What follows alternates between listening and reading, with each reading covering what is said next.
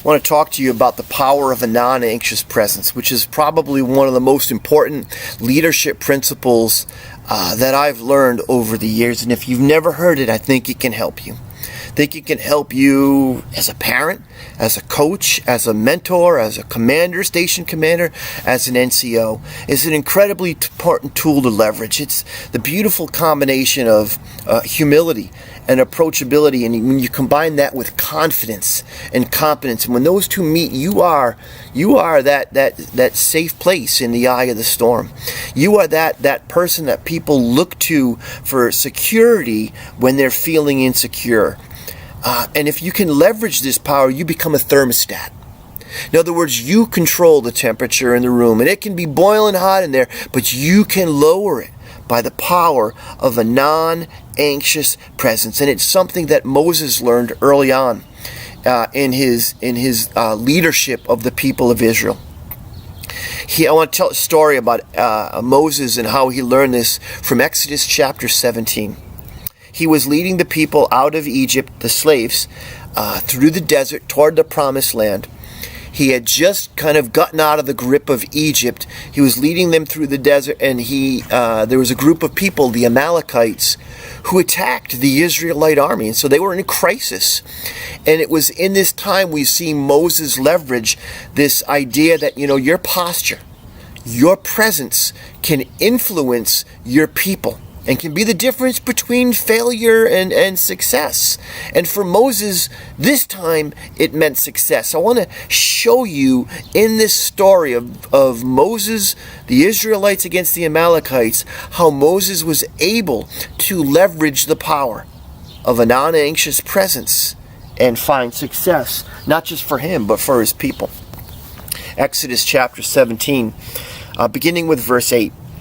Says this: the Amalekites came and attacked the Israelites at Rephidim. Crisis.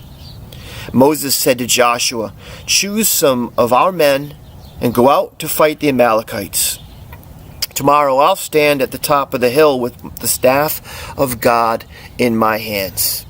And so just right off the bat, just a small little note here, was that Moses made sure he was visible. He says, I'm going to be up at the top of the hill. A non-anxious presence starts with being present, with being visible, being seen. You can't lead if nobody can see you. So Moses decides he's going to stay at the top of the hill so the warriors can see him. And check out what happens here. Here's the important part, I think, of this passage, beginning with verse 10. So Joshua fought the Amalekites as Moses had ordered, and Moses, Aaron, and Hur went to the top of the hill. Now listen to this. As long as Moses held up his hands, the Israelites were winning. But whenever he lowered his hands, the Amalekites were winning.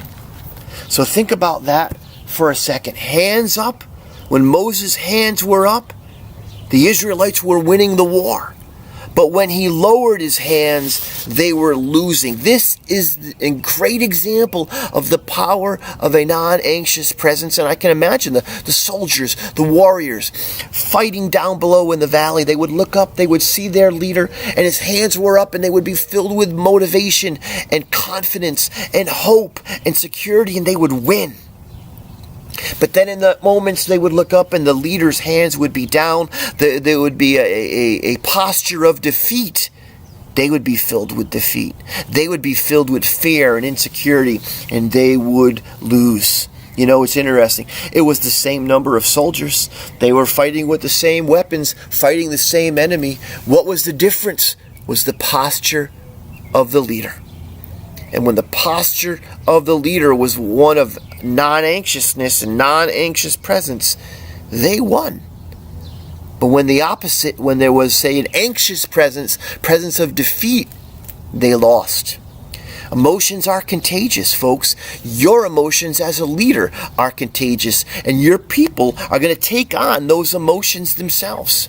And, folks respond as influenced by their leaders. And you can see this in a simple parent-child relationship.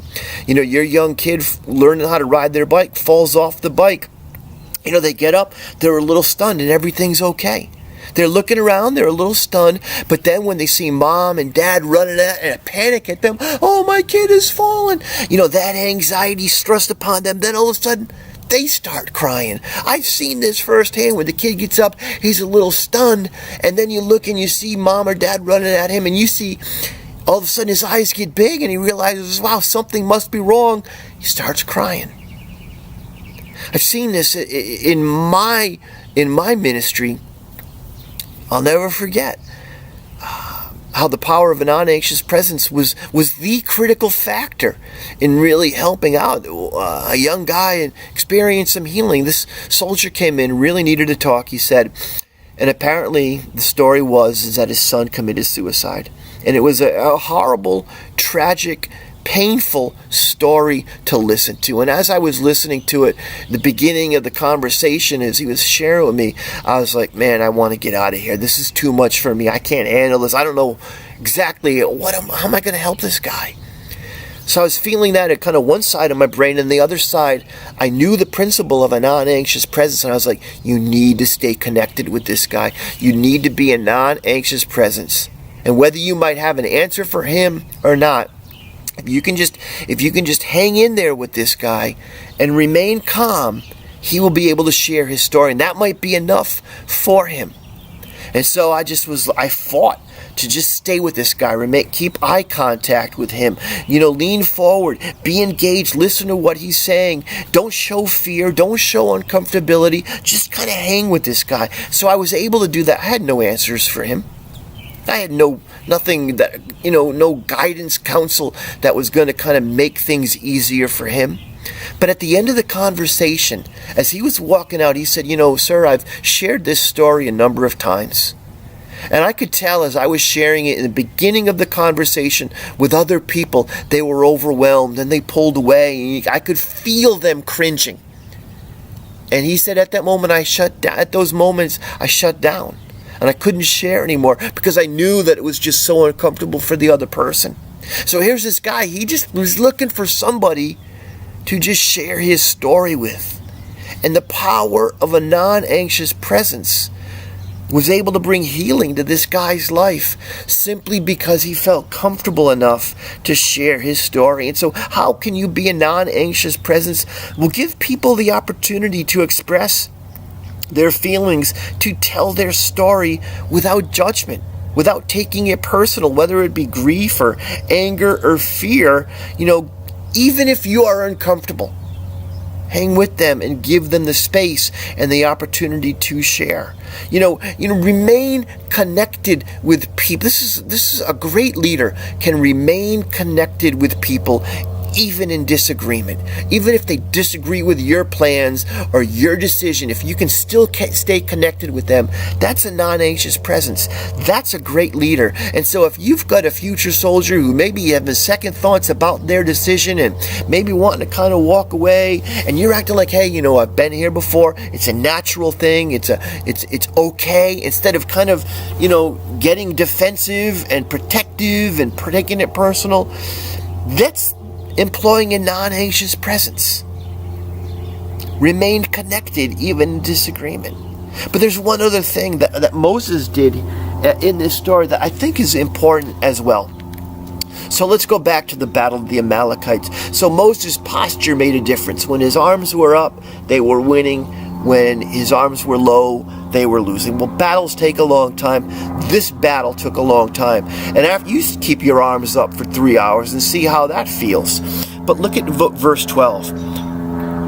When Moses' hands grew tired, they, meaning Aaron and Hur, took a stone and put it under him, and he sat on it. Aaron and Hur held his hands up, one on one side, one on the other, so that his hands remained steady till sunset.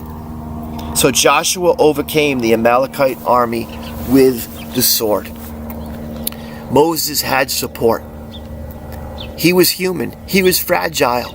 He could not do it himself. Moses had people to help him. Now, the interesting thing is that for the fighters, for the warriors, they saw, the posture of the leader. But it was really the strength of the support that kept the arms up. So it was the leader's posture, but it was the supporter's strength. So you need to have battle buddies. We are in this together. Every leader needs to have their support. And I've had leaders, and it was clear where they drew their support from. And it brought me peace to know that my leader had support. That I've had other leaders, I had no idea where they got their support from. And I just felt like, this person was eventually going to crack. But one last thing is that in verse 9, Moses says, I'm going up with Aaron and Hur to the top of the hill. That was his support. But he also said, I'm going up with the staff of God.